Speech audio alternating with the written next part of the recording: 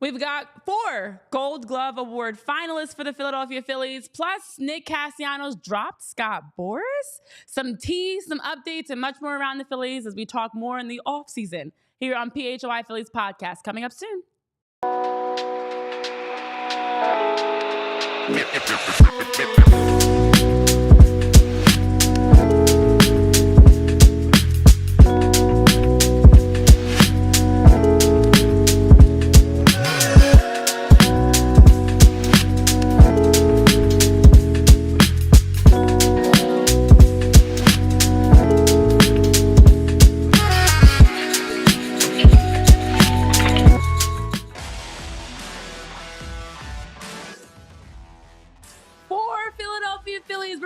Gold Glove Award finalists. And we also have some updates from Nick Castellanos and Scott Boras and the parting of those two. Plus, we'll get into the latest around Major League Baseball playoffs, looking at the NLCS. Thank you, Dodgers, for winning.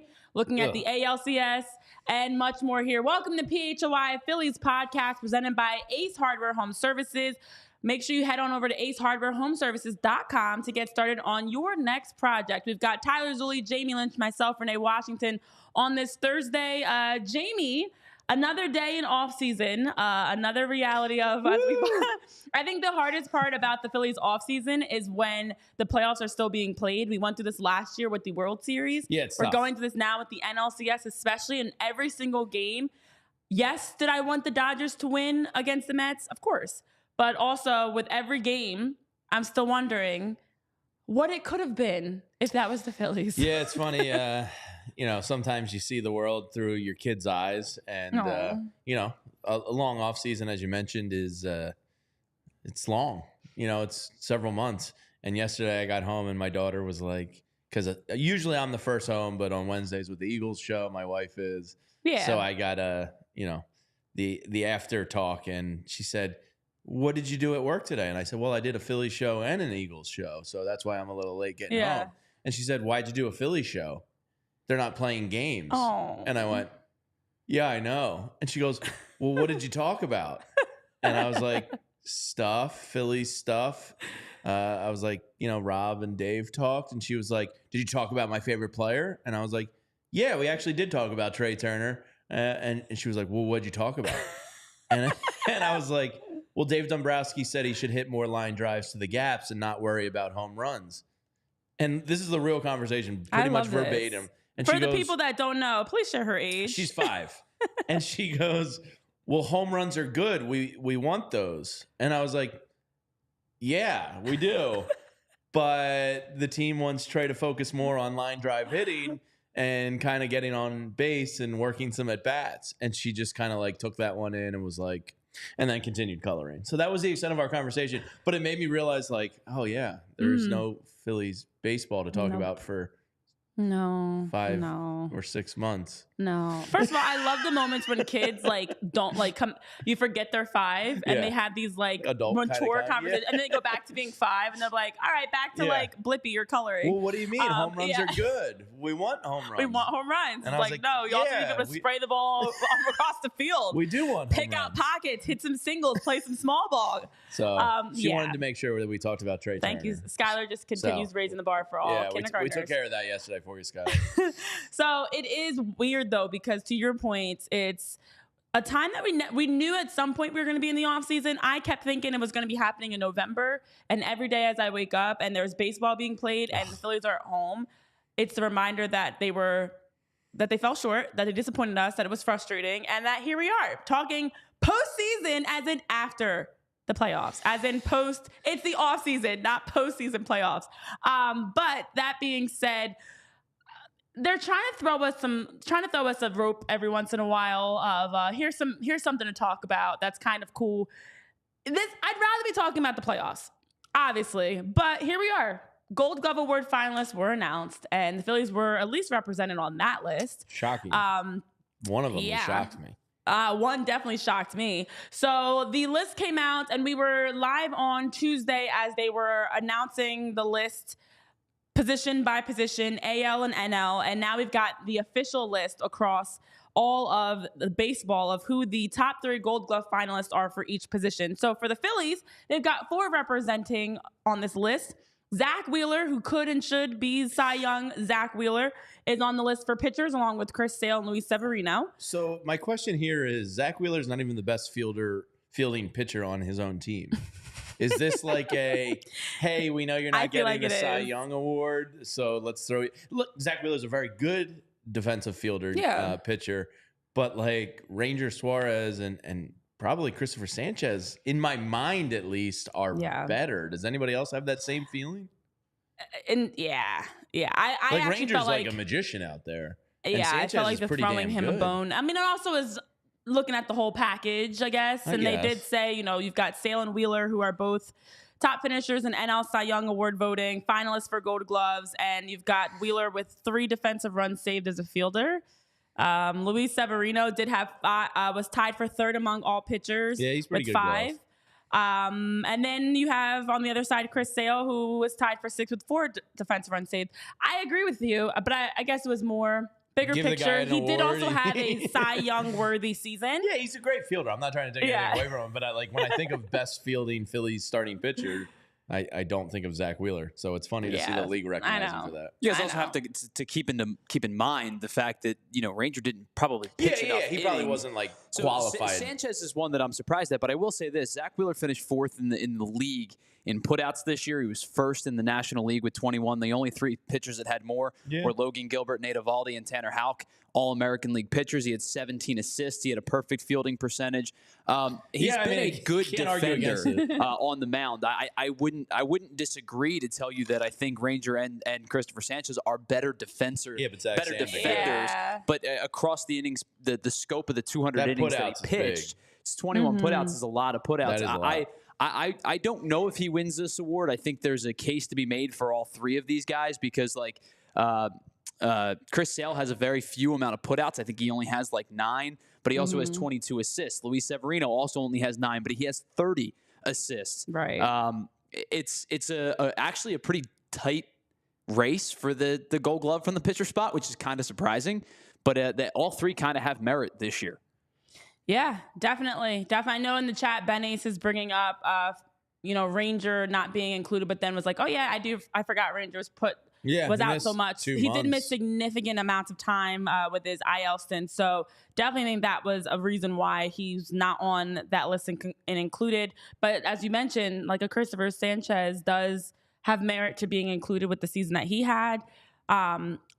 Outside of Zack Wheeler, the next one that we had on the list was Bryce Harper. Deserved. And very deserving. I predicted Bryce Harper to be one of the first basemen across Major League Baseball this season. I had high expectations for him, and I felt like given his how we saw him step into first base last year, a full season at first base was going to be great. And for Harper this season, in his first full season as a full-time first baseman, was second with +8 OAA.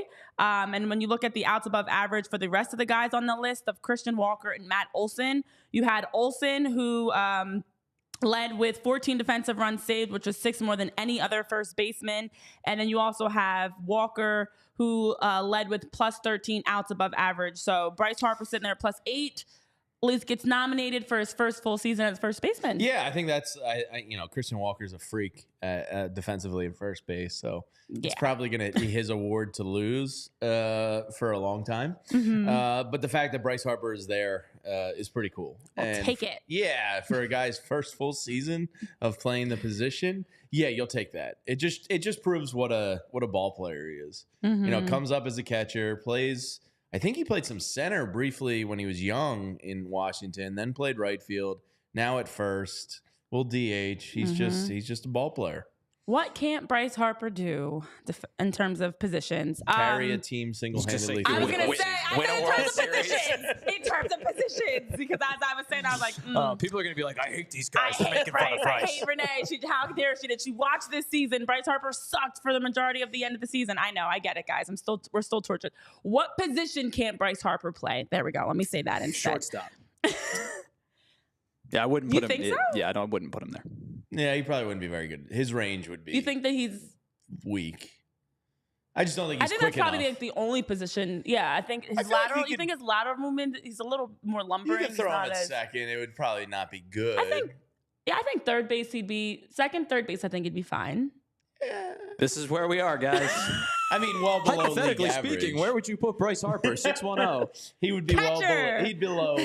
He'd be like the Trey Turner of third baseman and second baseman. I think assume that's- we're getting to Trey Turner, shortstop, Gold Glove nomination. Trey Turner, Shortly? who Is he- was he one of made the worst. He made the finals, right? You know, I think there could be something to be said about what's the opposite of gold? What for Trey Turner, who was one of the worst across the league last year in errors with 23, and then had 17 this year with like 35 less games played.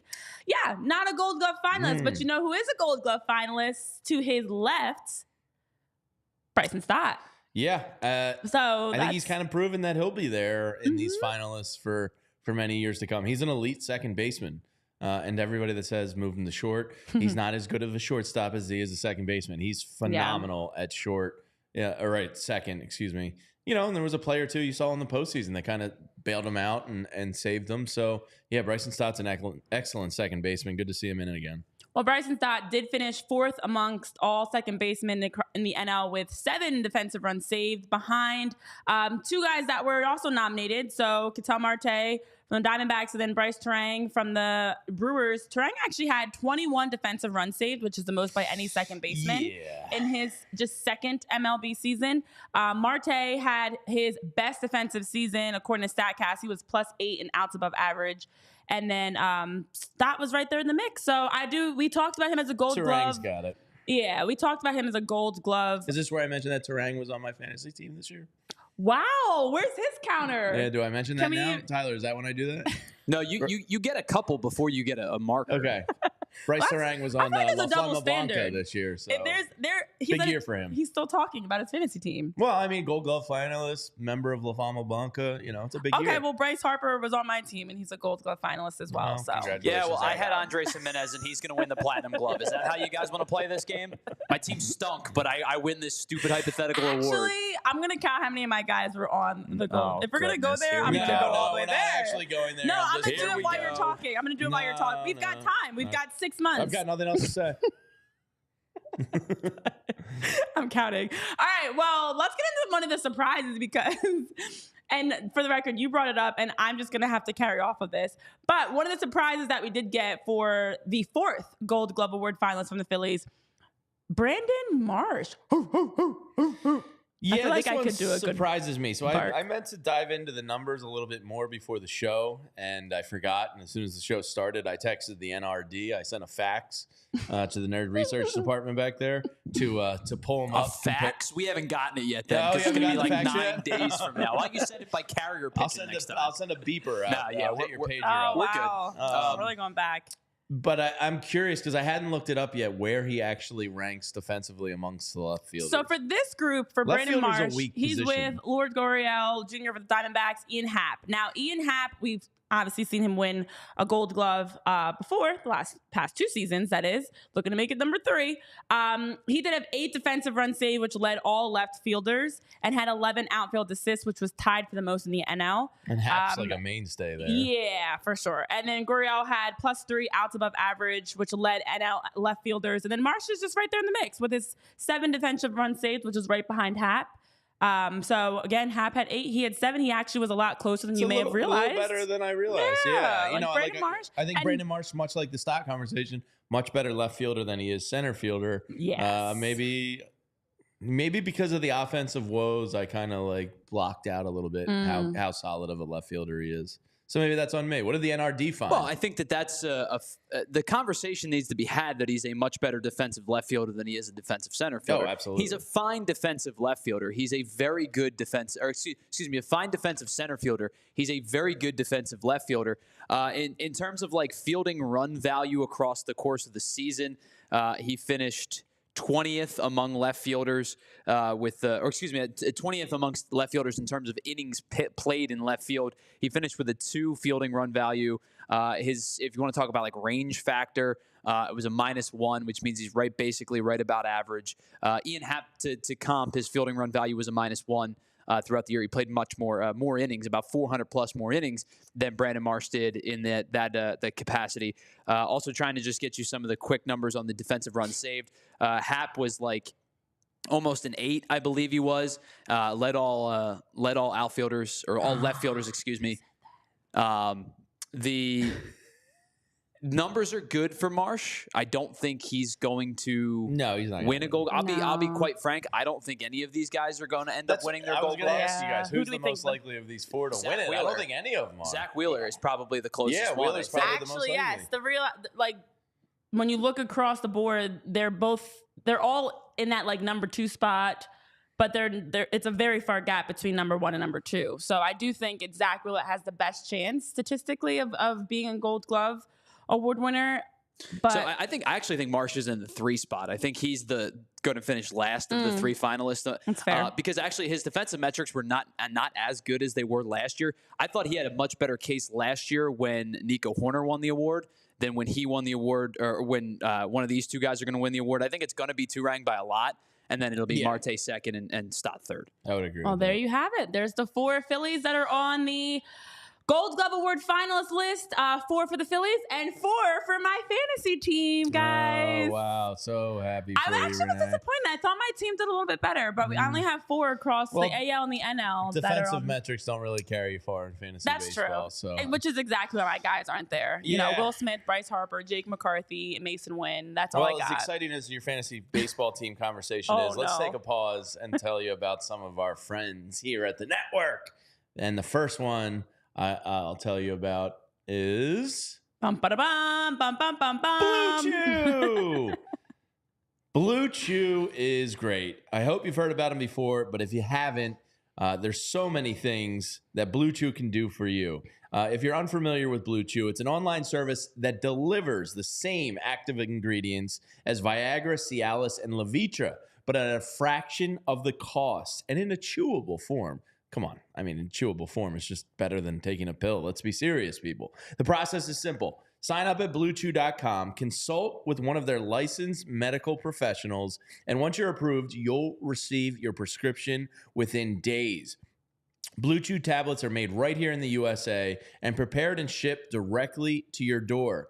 The best part, it's all done online. That means no visits to a doctor's office, no awkward conversations, and no waiting in line at the pharmacy and feeling eyeballs looking at you. It comes right there to your door discreetly. Nobody knows, and good times are ahead. I promise you. You can take them anytime, day or night, so you can plan ahead and be ready whenever an opportunity strikes. And we've got a special deal for our listeners right now. You can try Blue Chew free when you use our promo code ALLCITY at checkout and pay just $5 in shipping. That's BlueChew.com, promo code ALLCITY to receive your first month free.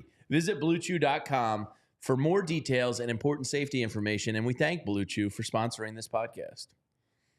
And you know where else you can bring out that inner stallion? That's a good segue. There you go. Head on over to check out the Philadelphia Stallions co-owner, Julius Erving. Dr. J himself is going to be out at the National Thoroughbred League Philadelphia Cup. He's going to be hosting it. And on October 19th, which is this upcoming Saturday, the NTL is going to own the day at Parks Racing. They have a lineup of 5 NTL races. It's Philadelphia's biggest day of racing outside of the Pennsylvania Derby. And then, again, Dr. J himself will also be there. So over at the National Thoroughbred League, you can expect a lot of fun at the October Fast. They've got meet and greets with sports legends outside of even just Dr. J, Brian Westbrook, Seth Joyner, Mr. 4th and 26th, Freddie Mitchell, plus many more. Those are my friends. These are my guys. What a great group. Yeah, Freddie's a good dude. Then they also have the private beer garden with great brews on tap. They'll have music stage where you can hear some great performances from Philly legends. They also have the best in Philly food offerings. It's just an incredible day of music, food, races, art demonstrations starring some greats like Eric Wog and many more things such as a fashion show. So, of course, you don't want to miss this excitement. Doors do open at noon. Races begin 2:30 p.m. And we here at PHLY are partnering with NTL to give our diehards exclusive exclusive access to this event. Just show your email subscriptions at the gate for free. That's $0.00, free admission. And for more information, head on over to visit ntl.racing. So an exciting weekend coming up with the National Thoroughbred League here in Philly, and hopefully you guys can take a chance to enjoy that. All right, here on PHLY Phillies podcast presented by Ace Hardware. You can check out Ace Hardware for your next project. We had a chance to talk about the Gold Glove Award finalists. Well, in other news, our very own Nick Castellanos had some news broken by none other than not a Woj bomb, a Jess bomb. Jess Gomez Castellanos. Jess, Nick's wife, actually broke the news that he's parting ways with Scott Boras, the man that we had talked a lot about last offseason, because, of course, it was a number of Scott Boras's 4, especially the Boras 4, that were still on the table, not finding deals. We know earlier this season, Jordan Montgomery split ways with Scott Boras as well. In hindsight, Jordan Montgomery should be praising Scott To be Boras. honest, now looking back on that, which that unfolded in April, that Jordan Montgomery parted ways and he left Boras and hired Joel Wolf and Nick Chinock of the Wasserman agency and moved on from being one of the Boras 4, but then didn't have a great season. Let's hope that's not the case for Nick Castellanos. You split with Boras, and for Nick Castellanos, we talked about like that $20 million a year that he still has left. Was Mr. 162 games, had his 742 OPS and .80 B WAR, had a solid season, was the most consistent Philly this year. He's out. Bye, Scott. I don't even know what this means because I don't even understand we were what talking led about to it this. before. Maybe Boras gets his ounce of blood on the length of the whole contract, and he owes him these next 2 years anyway. Yeah. If there was a wiggle room out for Nick, and he doesn't have to pay him these next 2 years, I don't know why you would hold on to an agent, but I would imagine there's some language in there that it's for the length of the contract. I don't know, but we were kind of talking about it, the whole agent thing beforehand. I remember, God, who was one of the first people that negotiated their own deal? Jaylen Brown made it really big with the Celtics when he came out of Cal. He said he was going to do it. I remember back Myron Roll. He was a local kid from Hun. Lamar. Oh, I do remember him Myron actually. Roll, yeah. And then he went to Florida State, and then he became a doctor. Is he the guy that got the Rhodes Scholar to go to Oxford? He's a Rhodes Scholar. Yeah. He actually used to date one of my friends. Oh, yeah. Because he's not that much older than me. Yeah. I remember Myron very well. Doctor. Yeah, doctor. I remember he talked about doing it if he ever made it to the NFL. Yeah. So it's been like a thing. Look, if I'm in the NFL or the NBA where your contract is kind of slated and there's no wiggle room and you just get what you get, I don't know why you would. I mean, it's nice to have a handler and advertising and endorsement opportunities and all that, so I get it. But at the same time, if you're Nick Castellanos, you pretty much can read the market value in 2 years of what you're going to be. You're already making money these next 2 years at a locked-in guaranteed rate. Do you really need it? Well, I think there's also a certain personality type that can handle it. Like Lamar Jackson, you think about. Oh, yeah, Lamar. He was a huge one that people were like, yeah. He hasn't had an agent ever. And Tobias His mom, dad Felicia Jones, is the one that handles everything. And everyone's like, how? He's messing up. Why would he do this? Yeah. Because I think if you know your value and you know your worth and you're established, I know we were talking about also, when you're young, you don't know what you're looking for. You don't know what the market is calling for. It comes with You have age. no idea how to negotiate that. That's but why Jaylen Brown was interesting because that he was an young. Interesting one. He's another genius type though. That's why I say it's also it's either the age or it's that personality type of you have a level of it's usually those dry, sarcastic, comfortable in their own shoes, not feeling like they have to quote unquote conform, doing things their own way types of personalities. And so when Nick Castellanos news broke, I was kind of like, oh, okay. Yeah, and it broke on our friend Philly's tailgate. Tweeted about it of Phillies under Scott Boras, partnership, and Jess Castellanos or Jess Gomez just was like, oh yeah, by the way, Nick no longer is with Scott, and people were like, according to who? And they were like, Nick. Like I'm the source. Yeah, like us. she's putting it out. Like We're the source. I don't think she has to confirm that with anybody. I'm pretty sure she knows that's the case. It was pretty funny to see it transpire the way it did, and now I just saw yesterday SI picked it up. Yeah, and was now other like, people are picking it up. Nick Castellanos drops agent Scott Boras. All Broken by according to Jess. his wife on Twitter. Very funny way. I do like the fact that we're getting more and more people breaking their own news. Yeah. And it's like, source, me. Like, don't wait. Don't let somebody else break your news. That a lot, where he'll tweet something out and be like, hey, it's me. I'm the source. I am the source. Yeah. So I'll beat Schefter. I'll beat everybody out there. Yeah, you don't have to wait until the insider. Be your own insider. So very excited, I guess, for Nick Castellanos, Mr. Veteran, Mr. Consistency that now is going to be consistently probably just representing himself until further notice, until we find out if there's somebody else he's going to be working with.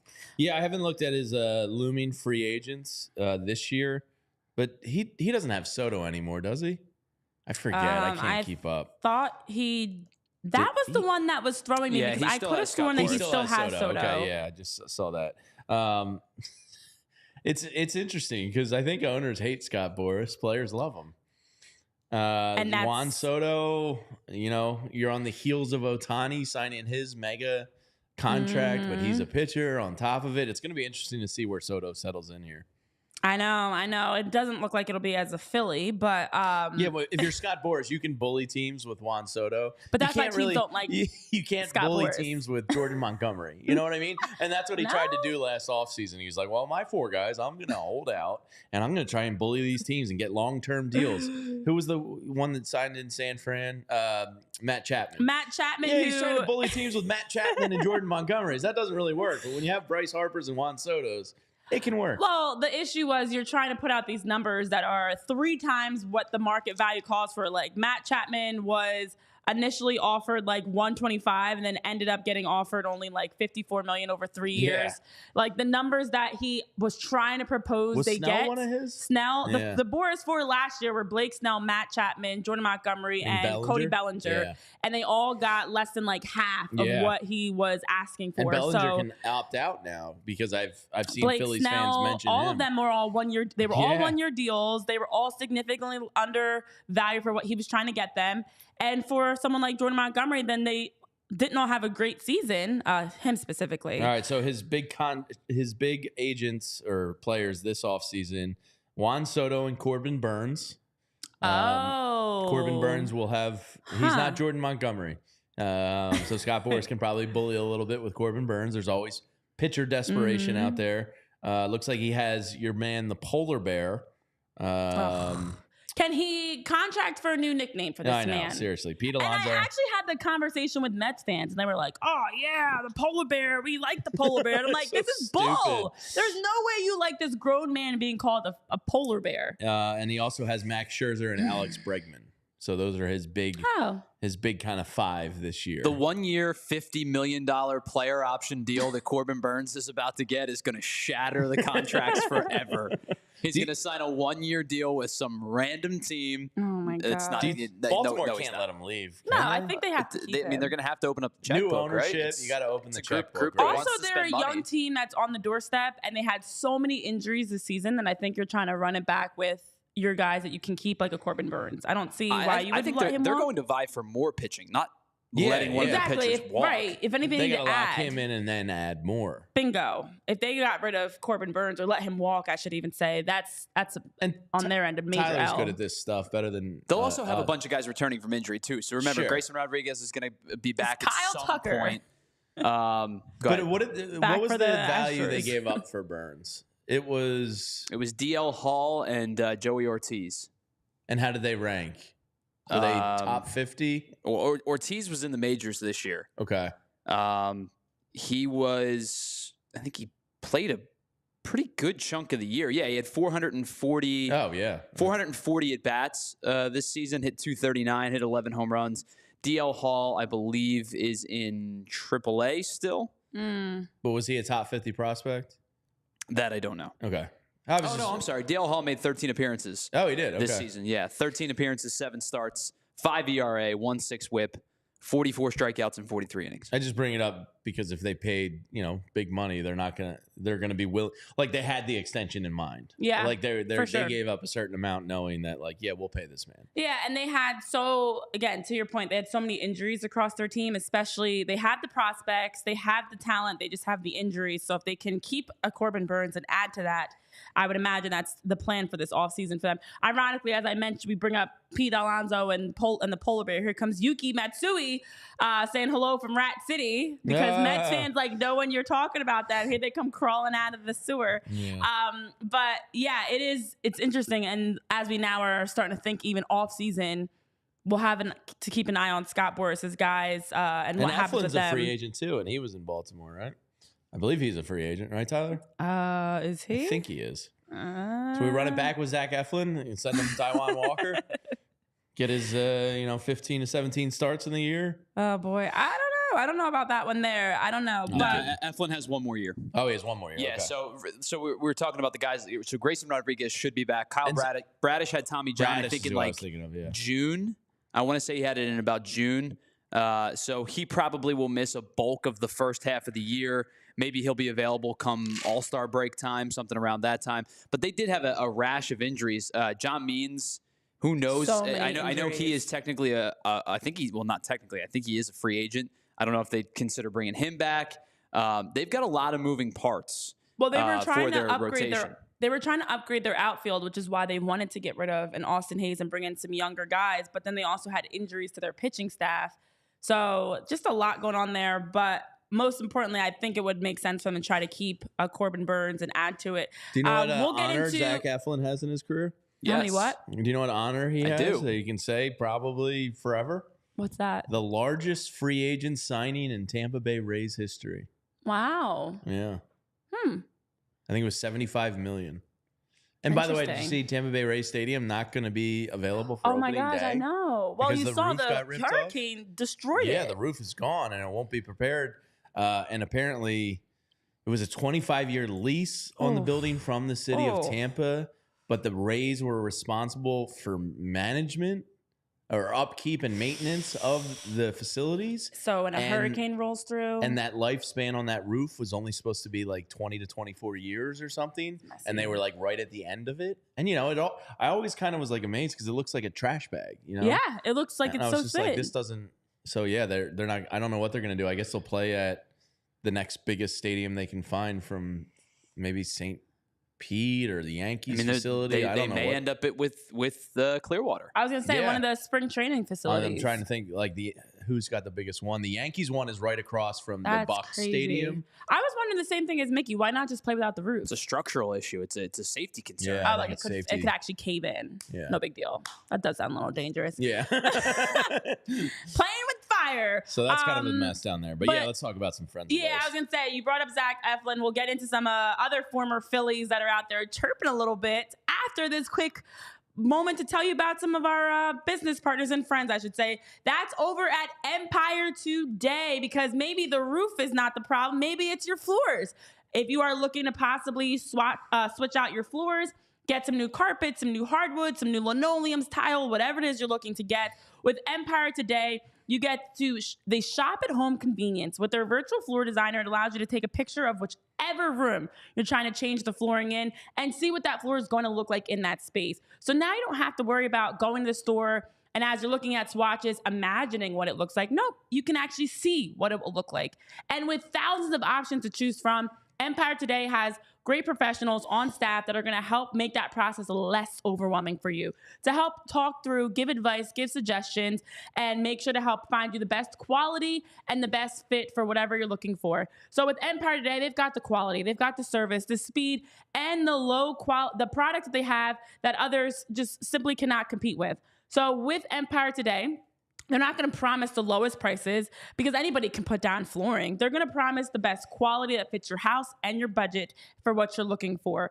And when you shop with Empire Today, you know you're going to get the trusted backing of a company that's been established for decades and doing a tremendous job in providing flooring. They pride themselves on their support. They pride themselves on their quality and helping their customers. So today you can schedule a free in-home estimate All listeners can also receive a $350 discount when you use the promo code PHLY. Some restrictions do apply, but check them out at empiretoday.com/PHLY for more details. And I'll tell you about a product I've used firsthand this summer. The lovely people at ZBiotics were nice enough to send us some samples, not examples, dummy, samples here at the PHLY offices. And I'll be a customer. I'll be returning, and you can find out too. And right now, you can get 15% off with promo code PHLY Phillies. Now, ZBiotics is a pre-alcohol probiotic drink. Comes in a little like shot bottle like that. You throw it down, make it your first drink of the night. And what's going to happen, what these PhD scientist guys that are much smarter than us talking baseball invented was a probiotic that's engineered to help break down the enzymes from alcohol in your gut. So alcohol gets converted into a toxic byproduct in your gut, and it's that byproduct that causes your rough next mornings. It's not dehydration. So save yourself from drinking gallons upon gallons of water before bed trying to fight it, and take a ZBiotic as your first drink of the night. Drink responsibly. Of course, still work in some waters, but the pre-alcohol produces an enzyme to help break that byproduct down in your gut. So just remember to make ZBiotics your first drink of the night. Drink responsibly, and you'll feel your best tomorrow. I kept hearing about pre-alcohol, and I wondered what it was actually like. Now that me and my wife have tried it, we're hooked. So with their GMO technology, they will release different products that help address toxic byproducts in the gut of modern living. So go to zbiotics.com/PHLY Phillies to learn more and get 15% off your first order when you use promo code PHLY Phillies at checkout. ZBiotics is backed with a 100% money-back guarantee. So if you're unsatisfied for any reason, they'll refund your money, no questions asked. All right. Well, as we are tuned in here on PHLY Phillies podcast presented by Ace Hardware Home Services, we were talking about some former Phillies. Well, in addition to the one-year contracts that we saw this past offseason, the Phillies had one of their own, a one-year, $8 million utility piece that was added in Whit Merrifield. And I would do it still 7 days a week again in hindsight. I know, like... You what? I would re-sign Whit again. If it was this offseason and that same guy was available for cheap on a one-year deal at minimal money, I'd run it back. I would take that chance. And take the chance of, okay. Right? So you'd bring him back next year? No. Like if we went back. Oh, like if you're going back in time, if not the same going. guy, Whit Merrifield, that had like a really nice 10, 11-year career, veteran, utility, infielder, outfielder, quality hitter was available this offseason for cheap on a one-year deal. Basically I'm saying I'm lauding the Phillies for going above and beyond because it wasn't a necessary move. It was kind of like an insurance policy shot on the vet, and I think it was smart. Like I know people hate Whit and this and that.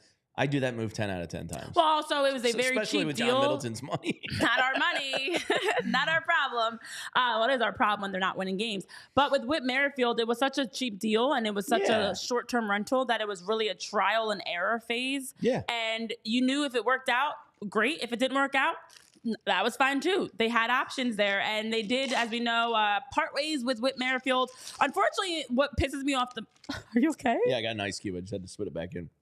Oh, lovely. Yeah. Unfortunately, the most frustrating part, I think, about the way everything unfolded with Whit Merrifield is the timing of it led to directly the correlation of when the Phillies' downfall happened. That's unfortunate. So I don't buy it. The Phillies' first half of the season was also like BW, like before Whit. And then when you look at like AW, like after Whit, it was when they were playing their worst baseball. Now, I don't think it was because of Whit Merrifield, but unfortunately it makes it look that way since ever since he was let go, the Phillies stunk. Coincidence. So yeah, we're going to chalk that up to coincidence. They were 500 on the rest of the season, and that was right around the time Whit Merrifield got let go. But Whit Merrifield did have some positive things to say. I don't have any negative animosity towards him. I don't either. I also still think the Phillies. Why people do, but I don't and I still think the Phillies need to go after some more Whit Merrifields this offseason and hope they can give us a little bit better production. He did have some comments, though, because he's been pretty active. I feel like he's becoming not as bad as like a Micah Parsons with the Eagles, but I do feel like we're hearing a lot about Whit Merrifield with the Phillies, just on podcasts and interviews, and I'm sure being asked often about them. I'm sure he was embarrassed. You know what I mean? Yeah. Like, I'm sure he wanted to perform better, and he wanted to be on a team that had a World Series shot, and he probably was, borderline embarrassed about how he played here. So it's probably fresh on his mind. If you want to hate Whit Merrifield, go for it. I don't care. But, I still think it was a good chance at him. I know his numbers were diminishing the second half of the season, and he looked older and all that, yada, yada, yada. I'd still do it again. So he did have some comments, though, on Kevin Long and the Phillies staff. And let's hear what our buddy Whitley had to say about them. Blaming hitting coaches for offensive struggles is the most out territory, by the way, out of touch blame that you can do in our sport. I mean, in football, okay, you're calling plays. In basketball too, like basketball, you just kind of set the lineup and the guys play. So there are plays in basketball. In baseball, like minor details. You're not putting on plays. Like everyone thinks that when a guy steals, the manager puts a steal on. No, the guy just steals. Like 95% of the time, the guy's stealing. Unless it's a 3-2 count, then the manager is telling you whether to go or not. Otherwise, the guy's just stealing. Like a hit and run is kind of a rare thing anymore. That'll happen once every 2 weeks. So there's not much that the coach is doing outside of giving you a scouting report before the game. And frankly, like every hitter is different. So you can't have just one scouting report for a whole team. I think it's, if I would ever be a hitting coach, and I'd never want to be a hitting coach, that you have to have like individualized reports for pitchers for each player. And I thought K-Long did a great job of that over there in Philly. I really do. But all you can do as a hitting coach is tell the guys what this guy's got. And I mean, they were playing the Mets. They know everybody. Every player knows every pitcher that they were about to face. So there was no surprises. And then you flip the ball and throw the ball and make good flips and throw a good BP, and you've done your job for the day. It's kind of up to the players after that. So I have a couple thoughts. I have a couple thoughts. Yeah, I'm curious what yours are, because I know you're not gonna. I don't know. My main takeaway from that was not anything to do with Kevin Long or hitting. Go ahead, you start. Okay. I'm gonna see if they link up. First things first, and I know this is not one of your thoughts that I have from that. Are you gonna comment on the beard? I'm definitely gonna comment on Whit. It did jump out to me actually a lot. I was like, that's a pretty dark, strong beard. So of like the clean shaven type. I'm not gonna hold you. Like seeing an athlete Strong outside beard. of their like jersey and hearing them talk. Like Whit's got a little bit more swag, it seems like, there than I even thought. He like, kind of presents a little dorky in a NFL. Oh my gosh, I was said the exact same word, dorky. Yeah, he gives me dorky MLB vibes uniform. in baseball. He almost looks like a little kid that like all is right, so we are an here. adult. Yeah. Especially because he's very like, I feel like very buttoned up. He looks very buttoned up as a baseball player. The uniform looks too big on him. He looks like a little kid playing an adult kind of. Yeah, it's really weird. This is weird. Got in my head. So we are thinking the same thing. But because that wasn't my takeaway. And I was like, Whit? Like this was when I first saw it. When you first shared it in our rundown, I was like, oh, Whit Merrifield. Like the beard's definitely growing a lot fuller. And even hearing how he talks, he's like the way he's sitting, the way he's talking and carrying himself. And he had the nice seems a lot golf cooler. Backdrop. Yeah, like the backwards hat, like seems a lot cooler than the nerdy. And he wasn't giving me Whitley. He was giving me like Whit. Yeah.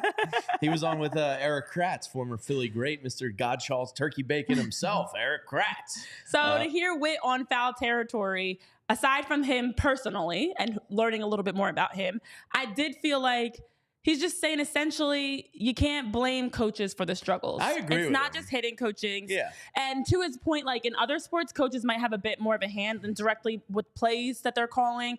Coordinators, basketball, you're calling like plays. Yeah, of there's course. a lot of plays in basketball. I think Whit. There's a lot of plays in basketball. Whit doesn't know basketball. No, because you're calling a lot of your defensive, like what your half court defense looks like. It's a lot of hands-on instruction. Kyle or Derek, one of the guys mentioned that the Sixers playbook had like 249 offensive plays in it. You have inbound plays. You have press breaker plays. You have half-court offense plays. You have your defensive plays. You have if they're in man, if they're in zone, if it's like depending on the situation.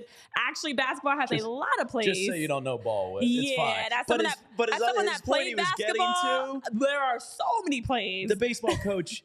All right, so my takeaway from that before the Kevin Long stuff was, maybe this is naive on my part. I didn't realize how much stolen bases was a player's only decision.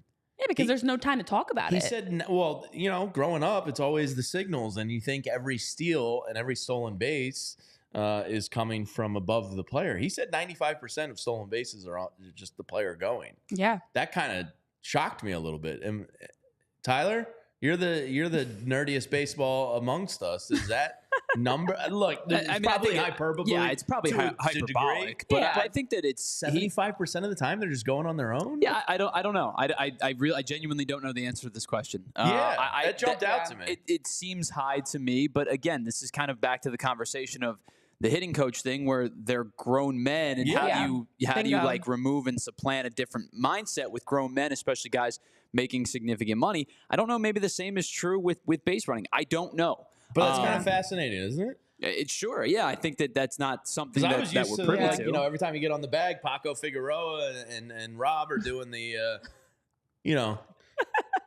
sending them every time. I thought it was more like your signs would stink. Yeah, people would pick up your signs so fast. Stop. Jamie's stealing again. Please. But I would have thought it was. What's your indicator? Can we get rid of this man? That's Jamie's indicator. Good to know. I do think I would have thought it was the inverse, though. I would have thought it was 95% coming from the manager. No, because I think at this point, and we've talked about this, it supports our conversations we've had. These guys know, they read the game, they anticipate well.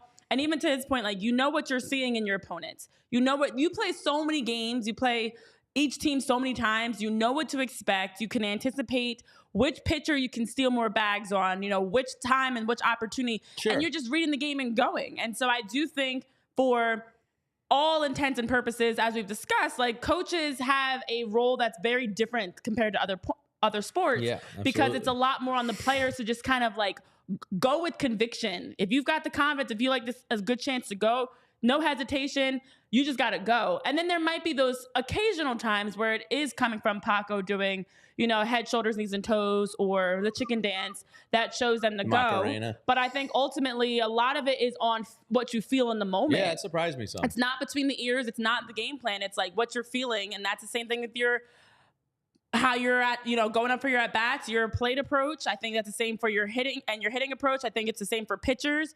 There's so much more to it. So I also feel like his comments were just kind of supporting even on his own struggles, but players like him that have struggled, that like, it's not the coach's fault. I actually kind of felt like in that moment, it would have been easy for him as a guy that got cut this season, as a guy that struggled at times in his career, to say it's the coaches, and someone that steals a lot of bags in his career to say, no, this is on us as a player. Like, me too. This is kind of like, I feel like it's a little bit of accountability. Like, I'm also speaking from my experience, like, us as players, we're the ones that decide. We're the ones that are making these choices, and sometimes it doesn't play out. So felt like there was some accountability within his answer.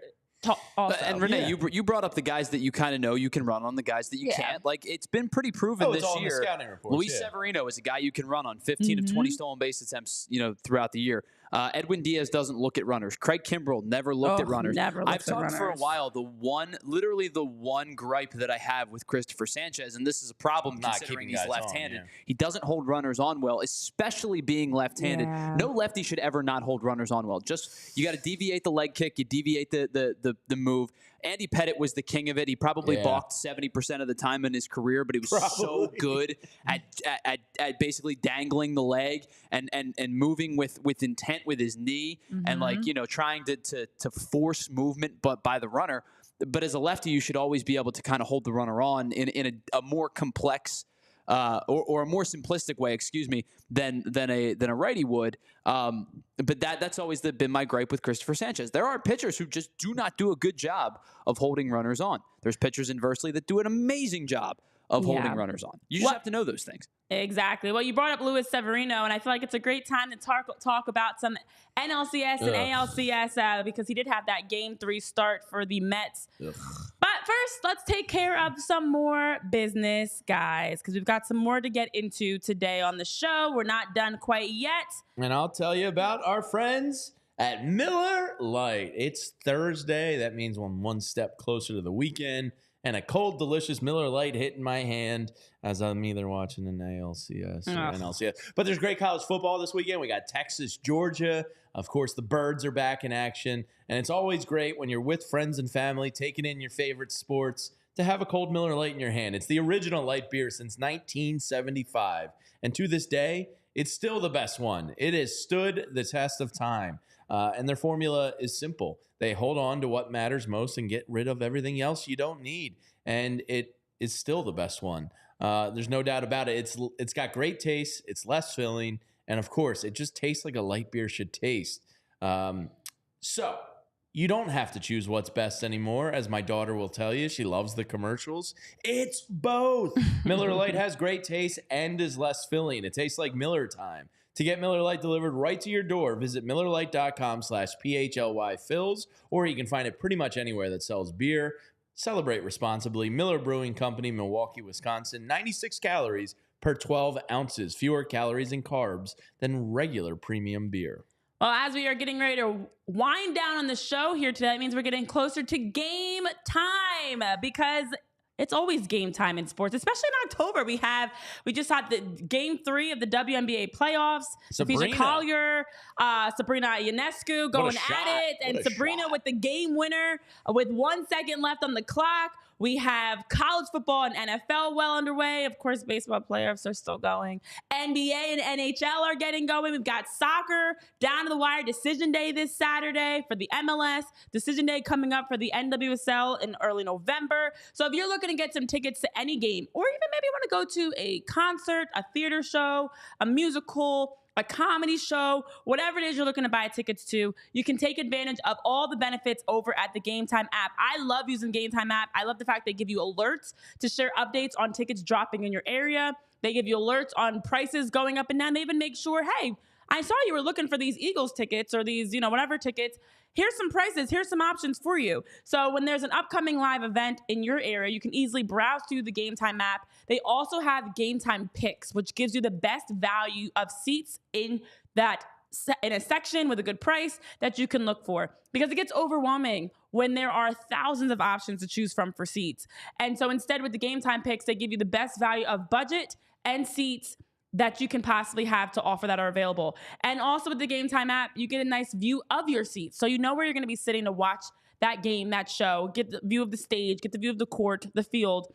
And so today you guys can take advantage of also taking the guesswork out of buying tickets with Game Time. You can download the Game Time app, create an account, and use code PHLY, which gets you $20 off of your first purchase. Terms do apply. Again, create that account, use that code PHLY, and get $20 off. And download the Game Time app today, because what time is it? Game time!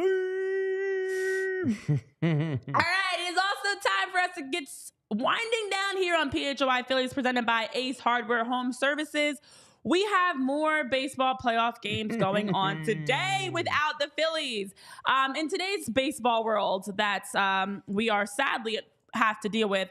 Let's start with the NLCS, because thank goodness, get their teeth kicked in. Correct. Thank goodness, the Dodgers not only beat the Mets, but they shut them out. That's 4 shutout wins for the Dodgers in their last 5 games. They've had 2 against the Mets. They had 2 against the Padres. They did it again yesterday. I know Tyler was mentioning Luis Severino. Well, he threw 79 pitches in 4 2/3 innings in game 3 for the Mets. Gave up 2 runs, struck out 3. But the Mets did lose that game 8-0. So they lost 9-0. They lost 8-0. And you had in that game for the Dodgers just a little bit of everyone. It's been, for them, they allowed just 4 hits and 4 walks, struck out 13. Their offense had 10 hits, 7 walks, and they also had production from everyone. Of course, it's Shohei Ohtani, but it was a Kike Hernandez that had a home run. It was Max Muncy, who used to be on my fantasy team. Will Smith had an RBI single, also on my fantasy team. A sac fly from Tommy Edman. Okay. And the Dodgers have now taken the lead. Welcome, he nodded in agreement. Oh, wow. But nobody cares about your fantasy team that ended their season 3 months So the ago. Dodgers are now up 2-1. I'm just going to start giving thumbs down like an emperor.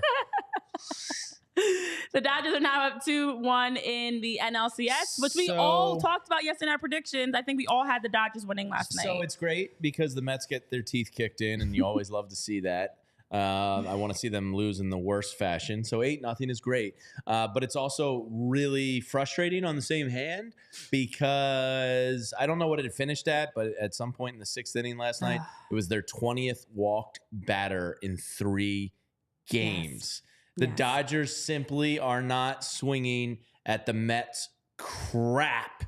The Dodgers, I think the announcer even said it. He's like, this is their superpower, the second lowest chase rate in baseball. So, like, from that aspect, watching that game last night was torture. To watch a guy, was it Max Muncy walked 4 times? Or did he had a home run late? I think it was Muncy walked 4 times and had a home run. So you had Max Muncy had 3 walks. 3 walks, okay. Sorry. Yeah. So to see guys just be disciplined hitters up there versus the slop the Mets were throwing was really kind of frustrating as hell to watch. And why was that frustrating for you, Because Jamie? the Phillies were the opposite. They weren't the worst, though, Renee. According to Dave Dombrowski, at least the Phillies they weren't the worst, but they rate. weren't very good. And then the other thing I was thinking about during the game, and we talked about it yesterday with Dombrowski's comments, you don't necessarily need a star in the league. Kike Hernandez is not a star in baseball, but he's a guy that turns into, I think Ken Rosenthal called him a right-handed postseason David Ortiz. So, like, when the Phillies have to add supplemental pieces around the edge, it's obviously not going to be Kike Hernandez, but you need somebody like that. So here's the numbers on Kike. During the regular season in his career, he is a .233 hitter with a .713 OPS. That's, it's fine. It's serviceable. Well, in the postseason, he turns into a .280 hitter with a .903 OPS in 224 career postseason appearances. You need to, and look, what I'm saying is not easy. It's difficult to go find. You need to go find somebody like that, somebody that's a supplemental piece around the edges that isn't going to kill you financially, and just, it's basically Ranger Suarez right now. This guy that steps up and turns superhuman in the postseason. You need to go find that for left field or center field or whatever you're going to change with this team. So go find a Kike Hernandez. Yeah, the Phillies do not have a Kike Hernandez. They need that guy. They don't have as you mentioned, they have it as a pitcher. $4 million deal for the Dodgers, and he is just giving you way more than $4 million worth of return. I mean, I'm going to ask you a very simple, like lowbrow question, and I don't mean to defeat your whole purpose here. Who? Well, that's why I said it's very difficult. Dave Dombrowski and Sam Fold and Preston Mattingly and their scouting they have department. to find who that guy is. And look, sometimes these guys slip through the crack. I'm not saying it's an easy thing. I'm not the one signing those checks and making those decisions. We have plenty of time to dive into the free agent list. Yeah. But like those are the types of pieces that Dave Dombrowski is making reference to. Like we need supplemental players who exceed expectations and pay. So there is. I'm not offended by what you said, Tyler. It's very hard to find that guy. It's impossible to project how somebody's going to step up if they don't have a track record of it. Exactly. Like an Randy Arozarena has a track record of it. I'm not saying he's the guy, but you have to. It's hard. It's hard, but that's who they need. It is hard. And we look at someone like Carlos Estevez, who coming from the Angels hadn't had that postseason experience to know what he's going to look like in the playoffs. It's hard to predict how a guy is going to be able to step up on the biggest stage. And someone like Kike Hernandez himself, he has been on teams. Obviously, he's been with the Dodgers before, but he's been with Boston. He's been with different teams where you've seen the progression of how he's been as a playoff guy. But you need to be able to pay attention to who in the biggest moments, like I think of like a Cody Clemens actually as Cody Ross comes to mind as a guy that firsthand did it to the Phillies. Like you need to pay attention to who are those guys that are progressing in their career as a clutch player. David Freese, because there are some that it's the same argument of like practice players versus game players in other sports, but there are regular season versus playoff guys in every sport. And who's the guy that you notice in clutch moments is someone that steps up in those big moments. And to Tyler's point, I do think a lot of this is luck. Yeah. You know what I mean? Like for sure. There's a huge element of luck in striking gold with that type of guy. But of course, the Dodgers are getting it from somebody. So this is, I think, $4 million we are going to figure out a way to talk through this offseason and all the many months that we have of who can be like these are the types of roles the Phillies need to fill. You need that clutch guy that's not just a pinch hitter, that's a starter that can be clutch in big moments. You need all the pieces around the edges, and the Phillies are obviously needing that. So the Mets, Dodgers, they do have their game today. In that start, it's going to be. Where is it? Yoshinobu Yamamoto going up against Jose Quintana. Quintana, who's been very, very good for the Mets in this postseason. So that game will be taking place today at 8:08. So a nice 8:08 start. In New York, ironically, not in LA, but okay.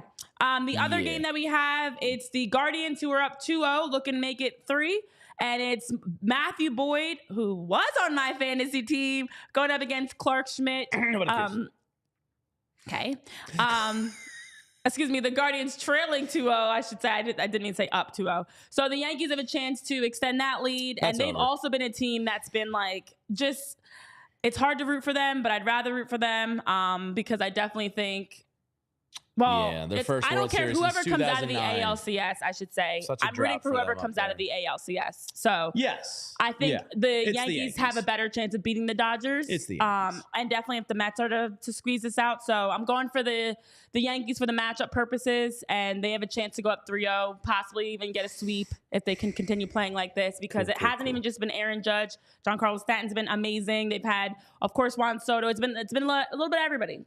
Gleyber Torres, whoever they need to step up, it's happening. So that'll do it for us here today. We've got more fun coming your way, 11 a.m. every single day, Monday to Friday this off season. So tomorrow, Friday, we will most likely be getting into the start of our grades upcoming as we go player by player to grade each individual Phillies performance this 2024 season. So thanks for tuning in to another edition of PHLY Phillies presented by Ace Hardware Home Services. To Barbara, Linda, K-Red, Mickey, everybody in the chat, have a tremendous Thursday, and we will see you guys tomorrow live for more here, 11 a.m. See you then.